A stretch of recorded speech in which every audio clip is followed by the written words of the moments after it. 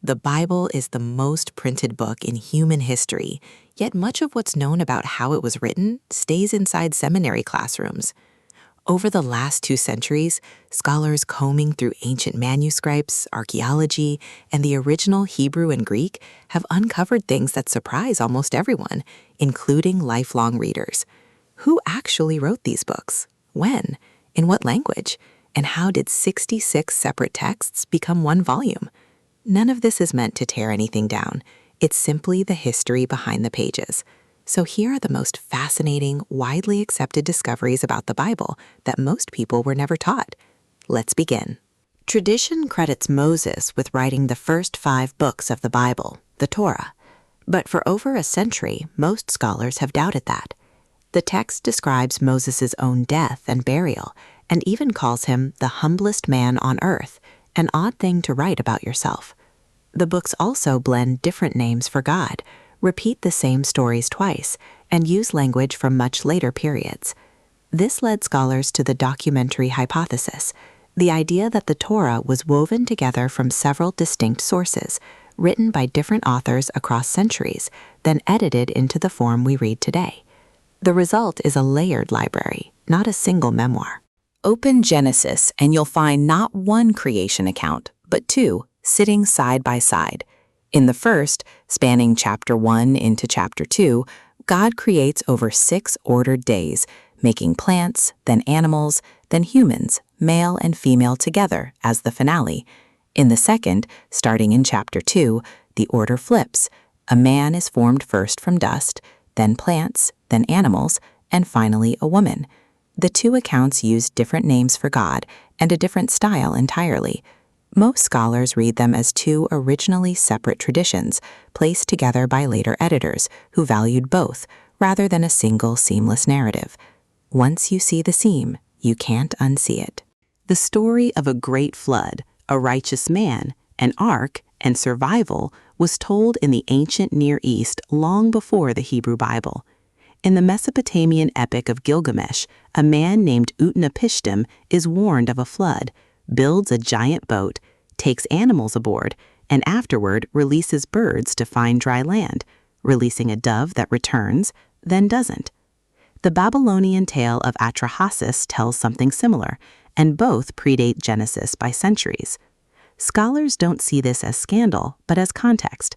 The biblical writers drew on a shared regional memory and reshaped it around their own theology. The flood was part of the cultural water everyone swam in. Archaeology tells a quieter origin story than the dramatic conquest in Joshua. The earliest Israelite settlements in the highlands look, in their pottery, architecture, and language, essentially Canaanite. The Israelites appear to have emerged from within Canaanite culture, not as outside invaders who wiped it out. Even the language gives it away. One of the oldest names for God in the Bible is El, which was also the name of the chief god of the Canaanite pantheon.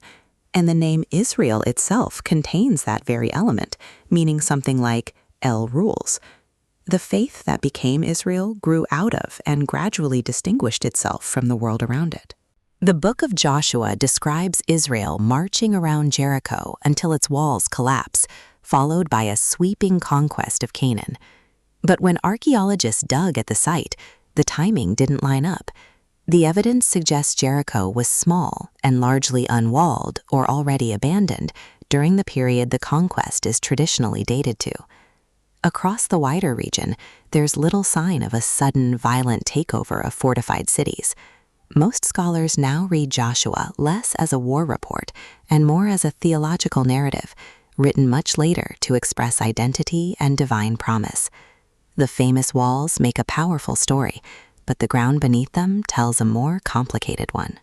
Generations grew up picturing Moses parting the Red Sea, walls of water towering on each side. But the Hebrew phrase behind it is Yam Suf, which most literally means Sea of Reeds, not Red Sea. The familiar Red Sea label entered through ancient Greek and Latin translations and stuck in English. A reed sea points to marshy wetlands rather than a deep ocean, which has fueled centuries of debate about what kind of body of water the text imagined. It's a small example of a big truth. A single translation choice, repeated for centuries, can quietly reshape the picture in everyone's mind. The book of Daniel reads like prophecy. It seems to predict the rise of empires, the Persians, the Greeks, and the wars that followed, with startling accuracy. But that precision is the clue. Scholars notice the predictions are detailed and correct right up to the 2nd century BCE, then become vague and inaccurate afterward. The most widely accepted explanation is that much of Daniel was written around that later period, looking back on events as if foretelling them, a common ancient literary technique. So the figure named Daniel is presented as living centuries earlier, while the author wrote from a much later vantage point, encouraging his own generation in their own crisis. Matthew, Mark, Luke, and John, 4 names everyone knows. But the Gospels themselves don't actually name their authors. The texts are written entirely in the third person and never say, "I, the disciple, watched this happen." The familiar titles, according to Matthew and the rest, were added by the early church generations after the books were composed to organize and attribute them. Most scholars hold that the Gospels were written several decades after Jesus' lifetime by educated Greek-speaking authors who were not eyewitnesses, drawing on earlier oral traditions. The name stuck and became tradition, but the books arrived in the world without bylines. It feels natural that Matthew, listed first, was written first. But most scholars conclude the opposite. The Gospel of Mark is the earliest of the 4, written around 40 years after Jesus' death.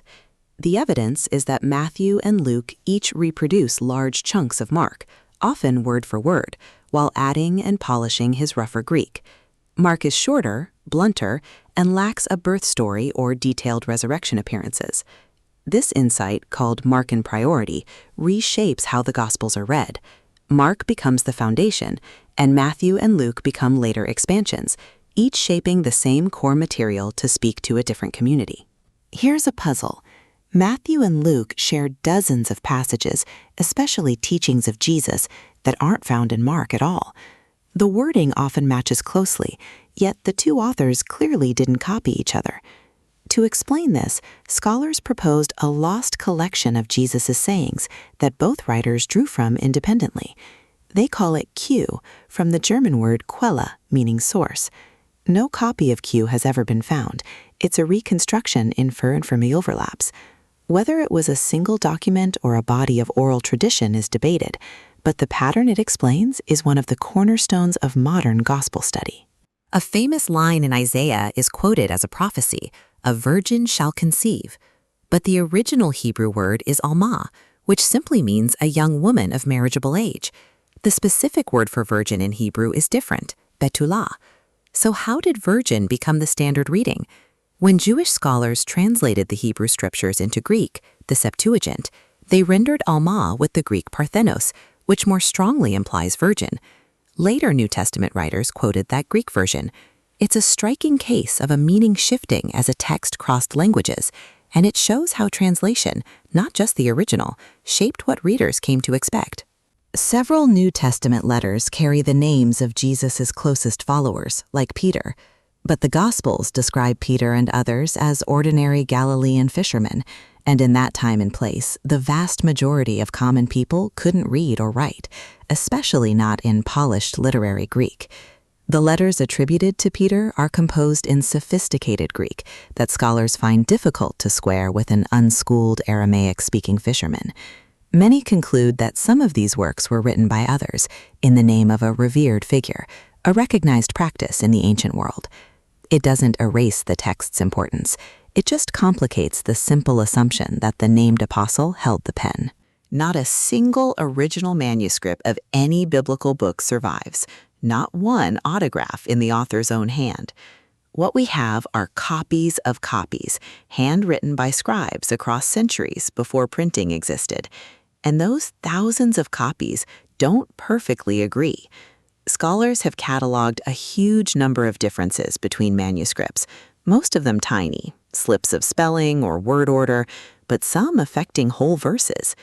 The discipline of comparing all these copies to reconstruct the earliest wording is called textual criticism. The takeaway isn't that the text is lost, but that recovering it is detective work, carefully weighing manuscript against manuscript. When the biblical authors wrote, they didn't include chapter or verse numbers. Those were added much, much later as navigation tools.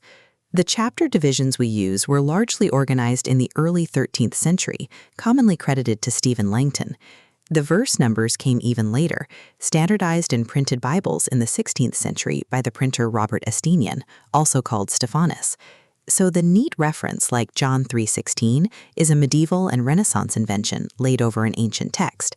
It's enormously useful for finding a passage, but it sometimes chops sentences and thoughts in places the original writers never intended, subtly shaping how the text is read. There was no single moment when a voice declared exactly which books belonged in the Bible. The canon formed gradually over centuries of debate. Many early Christian writings circulated widely. Gospels, letters, and apocalypses, and communities disagreed about which were authoritative. Lists were proposed and refined. Some books now in the Bible, like Revelation and Hebrews, were doubted for a long time, while others that were popular were eventually left out. The familiar 27-book New Testament was first listed in full by Athanasius in 367 and affirmed by church councils in the following decades. The book on the shelf is the product of a long human process of sifting. The Gospel of Mark has one of the most surprising endings in the Bible. In the earliest and most reliable manuscripts, Mark stops abruptly at chapter 16, verse 8. The women discover the empty tomb, are afraid, and tell no one. That's it. No resurrection appearances. The longer ending, familiar to many readers, with later appearances and dramatic signs, is absent from the oldest copies and is written in a noticeably different style. Most scholars conclude it was added by a later hand, perhaps because the original abrupt ending felt unsatisfying. Many modern Bibles now flag those verses with a note, quietly acknowledging the manuscript evidence.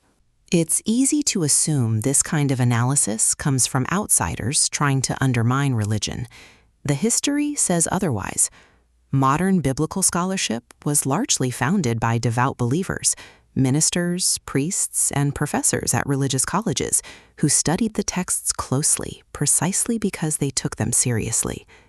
Today, these findings are standard fare in seminaries across denominations, taught to future pastors and rabbis.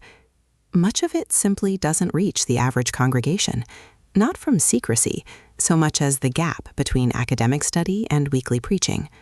The discoveries here aren't an attack from the edges. They're the mainstream conclusions worked out, in large part by people of faith. None of this is about deciding whether the Bible is true.